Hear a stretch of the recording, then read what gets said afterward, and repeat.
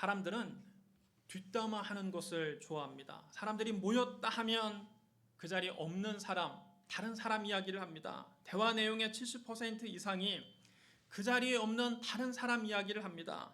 또 남에 관한 말의 대략 70%는 덕담보다는 험담입니다.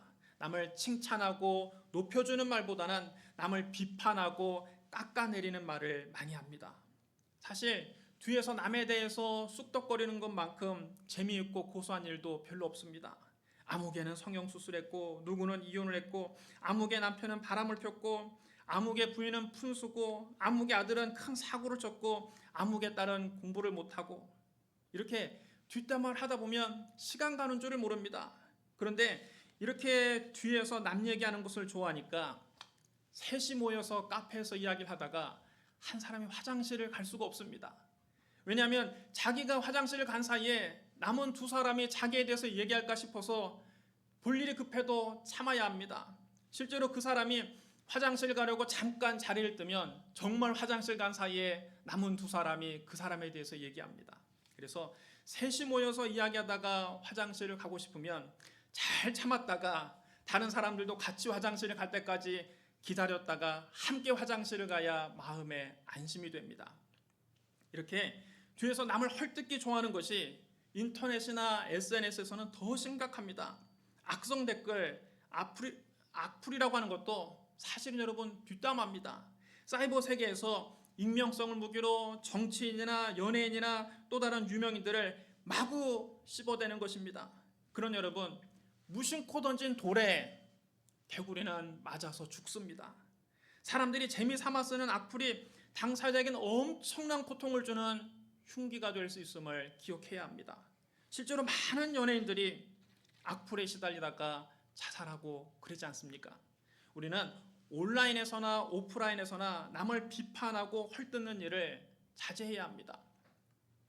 옛말에 사람은 두 개의 망태기를 메고 살아간다고 합니다. 하나의 망태기는 등 뒤에 짊어지고 다른 하나는 앞에다 맵니다. 그리고는 자기 허물과 약점을 발견하면 다 뒤에 있는 망태기에다가 던져버립니다. 그리고 남의 잘못과 단점을 발견하면 앞에 있는 망태기에다가 담습니다. 그러니까 등 뒤에 담아있는 자기의 허물과 약점은 눈에 보이지 않는 것입니다. 언제나 앞에 담겨있는 남의 잘못과 단점만 눈에 보입니다.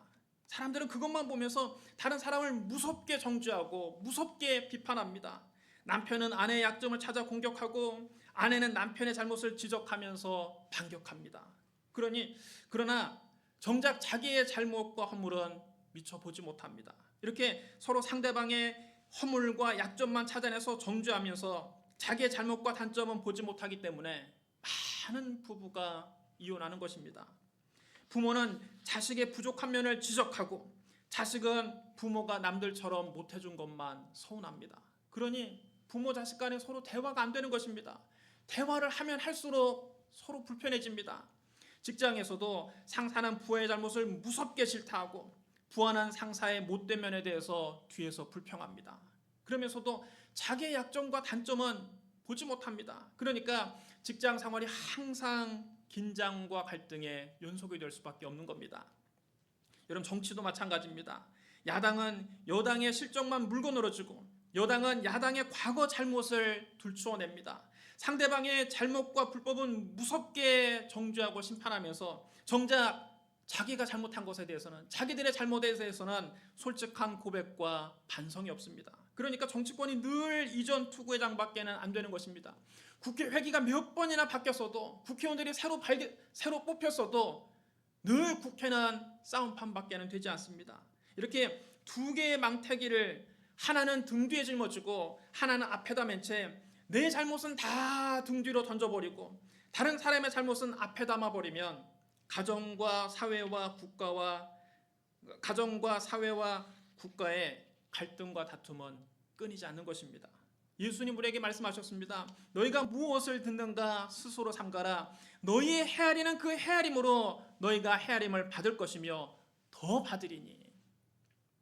왜 우리가 남의 잘못을 헤아리면 안 될까요? 왜냐하면 하나님께서 남의 잘못을 헤아리는 것을 무척이나 싫어하시기 때문입니다. 하나님은 우리의 잘못과 허물을 덮어주기를 원하십니다. 하나님은 사랑의 하나님이시기 때문입니다. 사랑의 속성은 허물을 덮어주는 것입니다. 베드로전서 4장 8절에 이렇게 기록되어 있습니다. 사랑은 허다한 죄를 덮느니라. 여러분 따르셔야 합니다. 사랑은 허다한 죄를 덮느니라. 우리 하나님은 사랑의 하나님으로서 우리의 허다한 죄와 허물을 다 덮어주기를 원하십니다. 반대로 마귀는 참소자입니다. 요한계시록 12장 10절에 이렇게 기록되어 있습니다. 또 내가 들으니 하늘에서 큰 음성이 이르되 이제 우리 하나님의 구원과 능력과 나라와 또 그의 그리스도의 권세가 나타났으니 우리 형제들을 참소하던 자 곧 우리 하나님 앞에서 밤낮 참소하던 자가 쫓겨났고, 마귀는 참소하는 자입니다. 참소는 모든 거짓을 동원해서 남을 헐뜯고 없는 죄를 있는 것처럼 꾸며서 고해 바치는 행위를 말합니다. 마귀는 끊임없이 우리의 죄와 허물을 헤아립니다. 우리의 죄와 허물을 들춰내고 그것을 율법과 함께 가지고 와서 하나님 앞에서 밤낮으로 우리에 대해 참소합니다. 그러므로 비판과 참소는 마귀의 일이요, 용서와 사랑은 하나님의 일입니다. 마귀의 특징은 자꾸 사람들의 죄와 허물을 들춰내는 것이고, 하나님의 특징은 사람들의 죄와 허물을 덮어주시는 것입니다. 하나님은 우리의 죄와 허물을 덮어주기를 원하십니다. 하나님은 처음부터 그러셨습니다. 아담과 하와가 하나님을 반역하고 죄를 짓자마자 그들에게 엄청난 수치심이 밀려왔습니다. 엄청난 부끄러움이 밀려왔습니다. 그들은 그 수치심과 부끄러움을 가리기 위해서 무화과 나무 잎을 따서 그것을 엮어서 치마를 만들어 자기들의 부끄러움을 가리려 했습니다. 그리고 하나님의 심판이 두려워서 나무 뒤에 숨었습니다. 바로 이것이 여러분 인간의 실존입니다. 아담 이래로 모든 사람은 다 마음속에 죄에 대한 수치심과 심판에 대한 두려움을 안고서 살아갑니다. 그러나 인간이 스스로 만든 치마는 그들의 죄와 허물을 완전히 가려주지 못했습니다. 아담과 하와는 무화과나무 잎으로 치마를 엮어서 그들의 수치를 가려보려고 했는데 햇빛이 쨍쨍 내려지자 나뭇잎이 바싹 말라서 다 하나둘씩 떨어지더니 나중에는 다 떨어지고 말았습니다. 여러분 이것이 무엇을 말합니까? 인간이 만든 윤리나 수행이나 철학이나 종교가 인간을 죄와 허물에서 건져줄 수 없다는 겁니다. 인간이 스스로 만든 무화과 나무 치마는 잠깐 동안 우리의 수치와 부끄러움을 가려주는 것 같지만 하나님의 공의로운 태양이 떠오르면 힘을 쓰지 못하고 다 시들어 버리는 것입니다. 하나님의 공의 앞에서 우리의 부끄러움을 가려주지 못합니다. 율법의 정주 앞에서 인간이 만든 윤리나 수행이나 철학이나 종교는 무력한 것입니다. 그래서 하나님께서 아담과 하와를 위해서 짐승을 잡아서 피를 흘려서 그 가죽으로 가죽옷을 지어 입히신 것입니다. 창세기 3장 21절에 이렇게 기록되어 있습니다. 여호와 하나님이 아담과 그의 아내를 위하여 가죽옷을 지어 입히시니라. 하나님이 만들어주신 가죽옷은 인간이 만든 무화과나무 인간이 만든 치마와는 달랐습니다. 가죽옷은 태양이 아무리 강렬하게 내려줘도 말라 비틀어지지 않았습니다. 떨어지지 않았습니다. 가죽옷은 인간의 부끄러움과 수치를 가려줄 수 있었습니다. 그런데 가죽옷을 만들려면 반드시 짐승을 잡아서 피를 흘려야만 합니다. 짐승을 잡아서 피를 흘리지 않고 어떻게 그 가죽을 벗겨내겠습니까? 피 흘림 없이는 가죽옷을 만들 수 없습니다. 하나님은 인간의 죄와 허물을 덮어주기 위해서 그 아들 예수 그리스도를 이 땅에 보내셔서 십자가에서 몸을 찢고 피를 흘리게 하셨습니다. 예수님이 바로 우리 어린 양으로 이 세상에 오셔서 우리 대신 피를 흘리고 의의 가죽옷이 되어주신 것입니다. 여러분 이거 보십시오. 하나님 우리의 죄와 허물을 얼마나 덮어주기를 원하십니까? 그 아들의 피를 흘려서 의의 가죽옷을 만들어서 우리에게 입히시기까지 하나님은 우리의 죄와 허물을 덮어주기를 원하십니다. 그러므로 죄와 허물을 덮어주는 것은 하나님의 일이요, 다른 사람의 죄와 허물을 들춰내서 참수하는 것은 마귀의 일입니다. 하나님은 우리도 남의 잘못을 들춰내서 그것을 까발리고 비난하고 정죄하는 것을 몹시 싫어하십니다. 이스라엘 자손이 애굽에서 나와서 광야 생활할 때에 모세가 구스 여자를 취해서 결혼했습니다. 지도자로서 모범을 보여야 될 모세가 이방 여인을 취해서 결혼한 것은 분명 잘못한 일입니다. 분명 그것은 율법에도 어긋나는 일입니다. 모세의 누나 미리암과 아론은 모세의 누나 미리암과 형 아론이 모세가 구스 여자와 결혼한 것을 내세워서 모세를 비방하기 시작했습니다. 하나님께서 모세와만 말씀하셨느냐? 우리와도 말씀하지 않으셨느냐?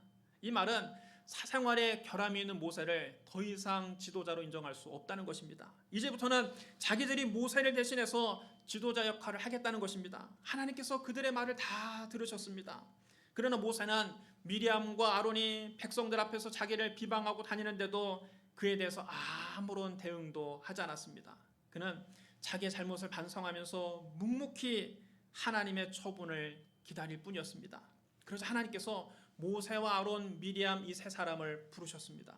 너희 세 사람은 회막 앞으로 나오라. 세 사람이 회막으로 갔습니다. 하나님께서 구름 기둥 가운데서 내려오셔서 아론과 미리암에게 말씀하셨습니다. 내 말을 들으라. 너희 중에 선지자가 있으면 나 여호와가 환상으로 나를 그에게 알리기도 하고 꿈으로 그와 말하기도 하거니와 내 종 모세와는 그렇지 아니하니 그는 내 온 집에 충성함이라. 그와는 내가 대면하여 명백히 말하고 은밀한 말로 하지 아니하며 그는 또 여호와의 형상을 보거늘 너희가 어찌하여 내 종 모세 비방하기를 두려워하지 아니하느냐. 하나님께서 그들에게 크게 노하시고 떠나셨습니다. 장막 위에서 구름이 거쳤습니다. 그런데 그 후에 아론이 미리암을 보니까 미리암이 온 피부가 눈처럼 하얗게 변해 있었습니다. 미리암이 나병에 걸리고 만 것입니다. 여러분 이거 보십시오. 지도자 모세가 잘못한 것은 분명한 사실인데 벌은 미리암이 받았습니다. 이게 무슨 말입니까? 영적 지도자의 잘못도 큰 죄지만 하나님께서 세우신 영적 지도자를 비방하고 다니는 것은 더 큰 죄라는 것입니다. 그제 아론이 자기들의 잘못을 깨닫고 모세를 붙잡고 사정했습니다. 슬프도소이다 내 주여, 우리가 어리석은 일을 하여 죄를 지었으나 청하건대 그 벌을 우리에게 돌리지 마소서. 그가 살이 반이나 썩어 모태로부터 죽어서 나온 자 같이 되지 않게 하소서. 모세가 이 형 아론의 부탁을 듣고 자기를 비난하고 다닌 누나 미리암의 나병을 고쳐달라고 하나님께 간절히 기도합니다. 여러분 이것이 모세의 위대한 점입니다. 여러분 보통 사람 같으면 어떻게 하겠습니까? 쌤통이다. 그렇게 나를 비판하고 다니더니 하나님께 벌받았구나. 네 알아서 해라. 그러고 모른 척할 텐데 모세는 자기를 비방하고 다닌 누나를 위해서 간절히 하나님께 부르짖었습니다. 성경은 모세를 이렇게 평가합니다. 이 사람 모세는 온유함이 지면의 모든 사람보다 더하더라. 모세가 하나님께 이렇게 간절히 매달리자 하나님께서 모세에게 말씀하셨습니다. 그의 아버지가 그 얼굴에 침을 뱉었을지라도 그가 이래 동안 부끄러워하지 않겠느냐. 그런즉 그를 진영 밖에 이래 동안 가두고 그 후에 들어오게 할지니라. 그래서 미리암은 이스라엘 진영 밖에서 쫓겨나서 7일 동안 진영 밖에 갇혀 있다가 돌아왔습니다. 그 후에야 미리암의 나병이 사라졌고 그들은 행진을 계속할 수 있었습니다. 여러분 이것 보십시오. 하나님께서 우리가 남의 잘못을 들추어서 비판하는 것을 얼마나 싫어하십니까? 미리암과 아론이 모세의 잘못을 들춰내서 비판하자 하나님께서 진노하셔서 미리암이 나병에 걸리고 말지 않았습니까? 비판과 참소는 마귀의 일입니다. 우리는 남을 비판하는 일을 두려워해야 합니다. 특별히 하나님께서 세우신 지도자에 대해서 함부로 비판하는 것은 여러분을 위해서 절대로 해서는 안 됩니다. 그것은 하나님의 진노를 사는 일이기 때문입니다. 예수님도 우리의 죄와 허물을 덮어주기를 원하십니다. 예수님 당시에 이스라엘 백성들은 서기관들과 바리새인들의 율법주의에 지쳐 있었습니다. 바리새인들과 서기관들은 십계명을 비롯해서 613개나 되는 율법을 가지고 백성들의 생활을 일일이 감시하고 그들을 정죄하고 심판했습니다. 그러나 실은 그들 자신도 그 많은 율법을 다 지키지 못했습니다. 그들은 자기들도 지키지 못하는 율법의 잣대를 가지고 백성들의 죄를 지적하고 자기들은 스스로 의롭다고 생각했습니다. 백성들은 지도자들의 그런 위선에 실망하고 율법주의 잣대로 일거수일투족을 감시당하고 정죄하는 사회 분위기에 지쳐 있었습니다. 그런데 예수님이 오셔서 그들에게 사랑의 복음을 전하셨습니다. 예수님은 말로만 사랑을 이야기하신 것이 아니라 실제로 사랑을 보여주셨습니다. 예수님은 가는 곳마다 죄인들의 죄를 용서해 주셨습니다. 귀신에 눌린 자는 자유하게 하셨습니다. 병든 자는 고치셨습니다. 마음에 상처 입은 사람은 위로해 주셨습니다. 줄인 자는 먹이셨습니다. 죽은 자는 살리셨습니다. 예수님은 죄와 질병, 가난과 저주, 불안과 절망 속에서 고통당하는 인생들을 불쌍히 여기셨습니다. 그리고 사랑으로 그들의 절박한 삶의 문제를 해결해 주셨습니다. 은혜와 사랑에 굶주렸던 백성들은 예수님의 말씀을 듣고 예수님의 이적을 보고 너무나 기뻐했습니다. 예수님의 말씀은 서기관들과 바리새인들의 위선적인 교훈과는 달랐습니다. 예수님의 이적은 사람들의 절실한 삶의 필요를 채워주었습니다. 그래서 예수님의 가시는 곳마다 사람들이 인산인해로 몰려들었습니다. 사람들은 예수님을 통해서 은혜의 말씀, 진리의 말씀, 위로의 말씀, 치료의 말씀, 축복의 말씀, 소망의 말씀, 생명의 말씀을 듣기 원했습니다. 예수님을 따른 사람들이 점점 많아지자 서기관들과 바리새인들은 큰 위기를 느꼈습니다. 백성들에 대한 영향력이 자기들은 점점 작아지고 예수님은 점점 커지는 것이 눈에 보였기 때문입니다. 그들은 마음이 조급해졌습니다. 그래서 어찌하든지 예수님을 잡아서 예수님 함정에 빠뜨려서 잡아서 죽이려고 그 방법을 궁리하고 있었습니다. 하루는 예수님께서 성전에서 말씀을 전하실 때입니다. 그날도 수많은 사람이 예수님 말씀을 듣기 위해 몰려왔습니다. 예수님은 그날도 사랑의 말씀, 용서의 말씀에 대해서 말씀을 전하셨습니다. 사람들이 예수님의 말씀을 한마디도 놓치지 않으려고 귀를 쫑긋 세우고 예수님 말씀에 경청했습니다. 은혜의 말씀이 선포될 때마다 사람들이 아멘으로 화답했습니다. 예수님과 청중이 하나가 돼서 말씀에 몰입하고 있었습니다. 그런데 한쪽에서 웅성웅성하는 소리가 나더니 순식간에 성전이 난장판이 되고 말았습니다. 서기관들과 바리새인들이 한 여자의 머리채를 잡아 끌고서 예수님 앞에 나온 것입니다. 사람들이 모두 놀라서 눈이 휘둥그레졌습니다. 이 여자는 옷도 제대로 걸쳐 입지 못하고 여기저기 알몸이 그대로 드러나고 신발도 신지 못한 채 맨발로 끌려왔습니다. 이 여인의 머리는 사람들에게 뜯겨서 헝클어져 있고 얼굴은 이미 얻어 터져서 시퍼렇게 멍이 들어 있었습니다. 서기관들과 바리새인들이 이 여자를 개처럼 질질 끌고 와서 예수님 앞에 내동댕이 치더니 살겨린 목소리로 예수님께 이렇게 따졌습니다. 선생이여, 이 여자가 간음하다가 현장에서 잡혔나이다. 모세는 율법에 이런 여자를 돌로 치라 명하였거니와 선생은 어떻게 말하겠나이까? 서기관들과 바리새인들이 예수님을 함정에 빠뜨리려고 고심하다가 호재를 만났습니다. 간음한 여자를 현장에서 붙잡은 것입니다. 그들은 이 여자를 재판장에게 데리고 가지 않고 예수님에게 끌고 왔습니다. 거기에는 예수님을 궁지에 빠뜨리려는 무서운 음모가 숨어 있는 것입니다. 예수님께서 이 여자를 율법대로 돌로 치라 말씀하시면 그동안 예수님께서 늘 말씀하시던 사랑의 복음은 다 입에 발린 말이 되고 마는 것입니다. 반대로 예수님께서 이 여자를 용서해 주라고 하신다면 유대인들이 목숨보다 소중하게 생각하는 모세율법을 어기는 것이 됩니다. 예수님의 딜레마에 빠졌습니다. 여기서 예수님이 어떻게 말씀하셔도 저들이 쳐놓은 올가미에서 빠져나가기가 쉽지 않습니다. 모든 사람의 시선이 예수님 입을 주목했습니다. 예수님 말씀을 열심히 듣고 있던 청중들도 도대체 이 돌발 사태에 예수님께서 어떻게 대응하실까 예수님만 쳐다보았습니다. 서기관들과 바리새인들은 이미 자기들이 이겼다는 듯이 이미 자기들이 이제 뜻을 다 이루게 됐다는 듯 우쭐대고 있었습니다.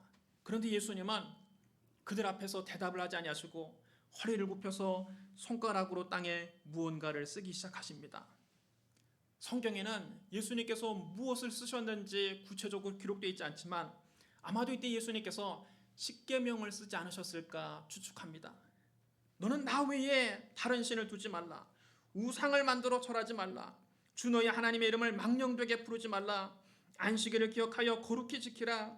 내 부모를 공경하라. 살인하지 말라. 간음하지 말라. 도둑질하지 말라. 내 이웃에 대하여 거짓 증거하지 말라. 내 이웃의 집을 탐내지 말라. 예수님의 대답만 기다리던 그들은 답답했습니다. 그리고 예수님이 땅에 쓰신 그 십계명을 보자 더 자신이 생겼습니다. 그래서 더 큰 소리로 예수님을 몰아붙였습니다. 그래요, 십계명에도 간음하지 말라고 하지 않습니까? 여기 십계명의 제7계명을 어긴 여자가 있습니다. 간음하다가 현장에서 잡힌 여자입니다. 도대체 이 여자를 어떻게 할까요? 그들은 예수님의 대답을 재촉했습니다. 그때 예수님께서 땅에 글을 쓰시다가 몸을 일으켜서 그들에게 단 한마디만 하십니다. 너희 중에 죄 없는 자가 먼저 돌로 치라. 예수님의 대답을 기다리던 서기관들과 바리새인들은 이 한마디를 듣고 얼음장처럼 굳어버렸습니다. 예수님의 이 한마디가 돌멩이처럼 날아와 자기들의 가슴에 박혔습니다. 그들은 갑자기 돌에 맞은 것처럼 큰 충격을 받아서 꼼짝도 할 수 없었습니다. 예수님의 땅에 십계명을 쓰신 이유는 사실 모든 사람이 다 십계명을 어기며 살아가고 있기 때문입니다. 하나님 앞에서 율법을 빠짐없이 지켰다고 말할 수 있는 사람이 누가 있겠습니까? 성경은 단언합니다. 의인은 없나니 하나도 없으며 모든 사람이 죄를 범하였음에 하나님의 영광에 이르지 못하더니. 예수님은 그 한마디를 하시더니 다시 몸을 굽혀서 땅에 또 무엇인가를 쓰기 시작하셨습니다. 역시 성경에는 예수님께서 무슨 말씀을 쓰셨는지 기록되어 있지 않지만 아마도 그때 예수님께서 거기에 나온 사람들의 숨겨진 죄를 쓰지 않으셨을까 추측합니다. 예수님은 하나님이시기 때문에 그들이 남몰래 지은 죄도 다 알고 계십니다. 서기관들과 바리새인들이 사람들 앞에서는 의인인 척 우쭐대고 뽐냈지만 실상 그들도 다 죄인입니다. 단지 남에게 들키지만 않았을 뿐입니다. 그러나 사람은 속일 수 있어도 하나님은 속일 수 없습니다. 사람들 앞에서는 의로운 척할 수 있지만 하나님 앞에서 의로운 척할 수 있는 사람은 세상에 아무도 없습니다. 하나님은 시간과 공간을 초월하시는 분입니다. 우리가 아무도 모르게 죄를 범했다 할지라도 하나님은 그 은밀한 현장에서도 우리를 지켜보고 계십니다. 그뿐 아니라 하나님 우리의 마음과 생각까지도 감찰하십니다. 그럼 여러분, 하나님 앞에서 우리 모두 다 현장범입니다. 하나님이 우리의 은밀한 현장까지 다 보고 계십니다. 아무도 모르게 죄를 짓는 그 현장에 하나님이 계십니다. 그들이 감춰놓았던 추악한 죄들이 사람들 앞에서 하나하나 공개되자 그들은 더 이상 그 자리에 있을 수 없었습니다. 그 자리에 계속 있다가는 자기의 무슨 죄가 더 드러날지 모르기 때문입니다. 가늠한 여자에게 돌을 던졌다가는 그 다음은 자기 차례입니다. 그들은 부끄러워하면서 자기 손에 쥐었던 돌을 그 자리에 내려놓고 하나둘씩 그 자리를 떠났습니다. 이제 예수님과 가늠한 여자만 남았습니다. 여자는 수치심과 두려움에 바들바들 떨며 흐느껴 울고 있었습니다. 죄를 짓고서 수치심에 부끄러워하고 두려움에 떨고 있는 이 여인은 바로 우리의 모습입니다. 우리의 자화상입니다. 우리도 매일같이 죄를 짓고 수치심에 떨고 사람들이 던질지도 모르는 비난의 돌을 두려워하면서 조마조마 하루하루 살고 있지 않습니까? 예수님은 수치심과 두려움에 고개를 들지 못하고 흐느껴 울고 있는 여인에게 부드러운 목소리로 말씀하셨습니다. 여자여, 너를 고발하던 그들이 어디 있느냐? 너를 정죄하는 자가 없느냐? 예수님이 온화한 예수님의 음성을 듣고서 조심스럽게 고개를 들어서 좌우를 살펴보았더니 예수님 외에는 아무도 없었습니다. 자기를 죽이려고 했던 그 살기등등하던 사람이 한 사람도 없었습니다. 주여 없나이다. 그때 예수님께서 뭐라고 말씀하십니까? 나도 너를 정죄하지 아니하노니 가서 다시는 죄를 범하지 말라. 여러분 따라해 주시기 바랍니다. 나도 너를 정죄하지 아니하노니. 여러분, 죄를 짓고 떨고 있는 우리에게 이보다 더 큰 위로의 말씀이 어디 있습니까? 예수님께서 우리를 정죄하지 않으신다는 겁니다. 죄와 허물로 얼룩진 우리를 용납해 주신다는 겁니다. 우리 예수님은 용서의 주님이십니다. 예수님이 친히 말씀하셨습니다. 나는 의인을 부르러 온 것이 아니요 죄인을 부르러 왔노라. 예수님께서 이 땅에 오신 목적은 나 같은 죄인을 불러 회개시키고 우리의 죄를 용서해 주기 위해서 오신 것입니다. 그러므로 그리스도 안에 있으면 우리에게 결코 정죄함이 없습니다. 로마서 8장 1절로 2절은 이렇게 선언합니다. 그러므로 이제 그리스도 예수 안에 있는 자에게는 결코 정죄함이 없나니 이는 그리스도 예수 안에 있는 생명의 성령의 법이 죄와 사망의 법에서 너를 해방하였습니다. 서기관들과 바리새인들은 가늠한 여인의 죄와 허물을 드러냈지만 예수님은 그 여인의 죄와 허물을 덮어주셨습니다. 율법은 죄와 허물을 드러냈지만 사랑은 죄와 허물을 덮어주는 것입니다. 그럼 여러분, 우리는 어떻게 살아야 될까요? 하나님은 아담의 죄와 허물을 덮어주기 위해서 짐승을 잡아 피를 흘려 가죽옷을 지어 입히셨습니다. 예수님은 가늠하다가 현장에서 잡힌 여인도 용서해 주셨습니다. 이처럼 하나님은 죄와 허물을 덮어주시는 분입니다. 하나님도 사람을 정죄하지 않으시는데 우리가 무엇이기에 다른 사람을 정죄할 수 있겠습니까? 우리는 남의 죄와 허물을 들추어내고 비판하는 일을 삼가야 합니다.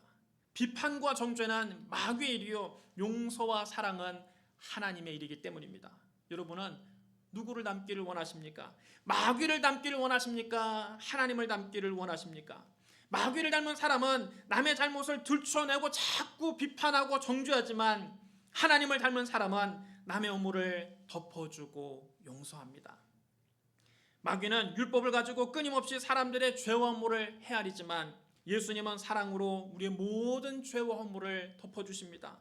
예수님은 십자가에서 당신의 피를 흘려 우리에게 의의 가죽옷을 입혀주셨습니다. 우리는 먹보다도 더 검은 죄를 예수님의 피로 용서함 받은 사람들입니다. 우리는 다 용서의 빚진 자들입니다. 주님이 우리의 죄와 허물을 덮어주신 것처럼 우리도 다른 사람의 죄와 허물을 덮어주며 살아야 합니다. 예수님께서 그것을 우리에게 비유로 가르쳐 주셨습니다. 어떤 임금이 연말에 결산하다가 날았던 10,000달란트 빚진 자가 있어서 그를 잡아오게 했습니다. 정부의 회계 장부를 감사해 보니까 그가 공금을 횡령한 사실이 드러났습니다. 당시 1데나리온이 노동자 하루의 품삯이었습니다. 1달란트는 얼마냐? 6,000데나리온입니다. 따라서 1달란트는 6,000일의 품삯입니다. 요즘 하루 일당을 우리가 계산하기 쉽게 10만 원만 잡아도 1달란트는 6억 원에 해당되는 돈입니다. 그럼 여러분 10,000달란트면 도대체 얼마겠습니까? 요즘 돈으로 6조 원입니다. 그는 도박을 해서 이 돈을 다 잃어버렸는지 유흥비로 이 돈을 다 흥청방청 날렸는지 이미 돈을 다 써버리고 없었습니다. 그에게는 이렇게 어마어마한 빚을 갚을 능력이 없었습니다. 임금이 그 말을 듣고 그 사람의 몸과 그의 아내와 자식들과 모든 소유를 다 팔아서 갚으라고 명령했습니다. 그는 자기 처자식이 종으로 팔려간다고 하니까 임금 앞에 꿇어 엎드려서 닭똥 같은 눈물을 뚝뚝 흘리면서 임금에게 사정했습니다. 내게 참으소서, 내가 다 갚으리이다. 임금이 그 사람을 보니까 너무나 측은한 생각이 들었습니다. 그 사람이 갚는다고 해도 그 돈을 어떻게 갚겠습니까? 갚을 수 없다는 것을 임금이 알고 그 마음에 긍휼히 여기는 마음으로 그 사람의 빚을 그 자리에서 다 탕감해 주었습니다. 그를 용서해 준 것입니다.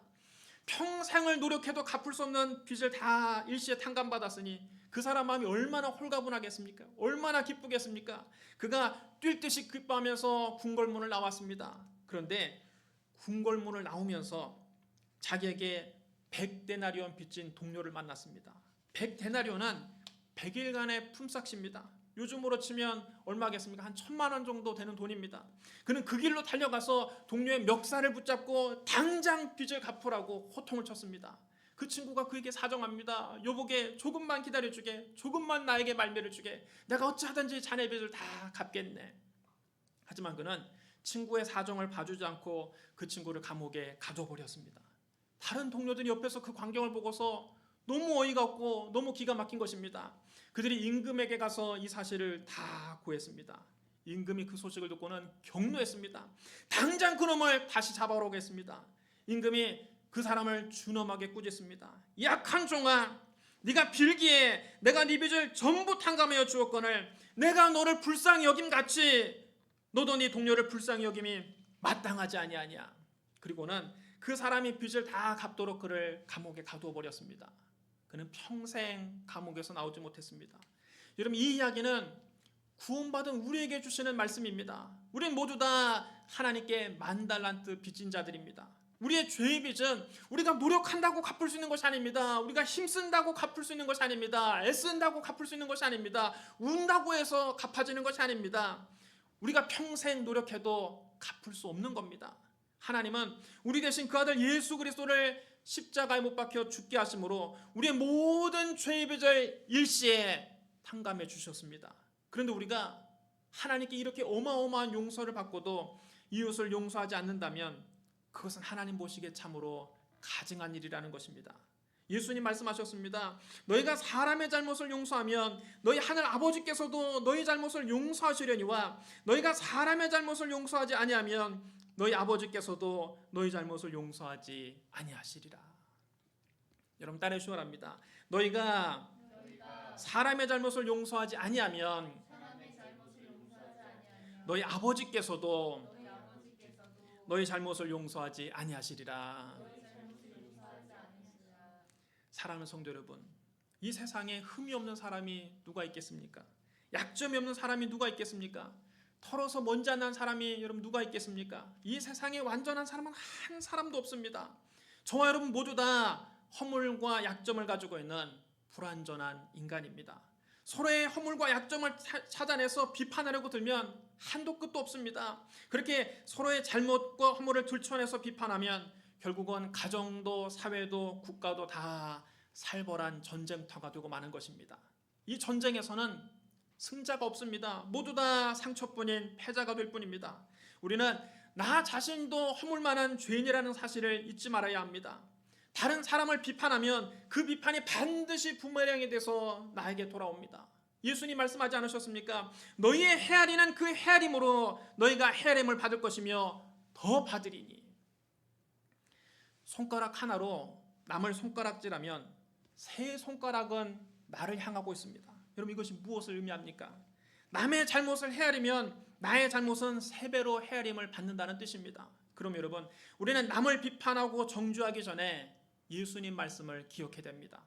비판을 받지 아니하려거든 비판하지 말라. 너희가 비판하는 그 비판으로 너희가 비판을 받을 것이요 너희가 헤아리는 그 헤아림으로 너희가 헤아림을 받을 것이니라. 어찌하여 형제의 눈 속에 있는 티는 보고 네 눈 속에 있는 들보는 깨닫지 못하느냐.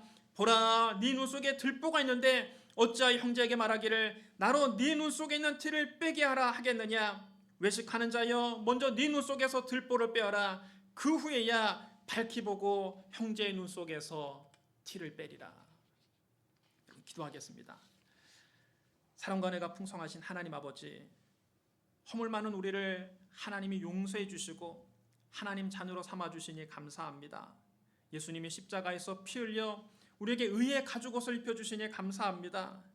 하나님 우리 죄와 허물을 덮어주셨는데 우리는 남의 잘못을 들추어내고 헤아리며 살아왔던 것을 이 시간 회개합니다. 남편의 잘못을 들추어내고 헤아렸던 것을 회개합니다. 아내의 잘못을 들추어내고 헤아렸던 것을 회개합니다. 자녀들의 잘못을 들추어내고 헤아렸던 것을 회개합니다.